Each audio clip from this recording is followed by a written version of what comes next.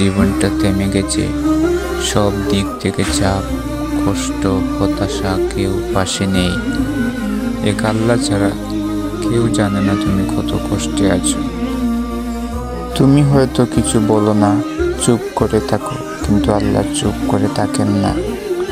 তিনি শুনছেন তোমার কান্না, তোমার নীরব দোয়া।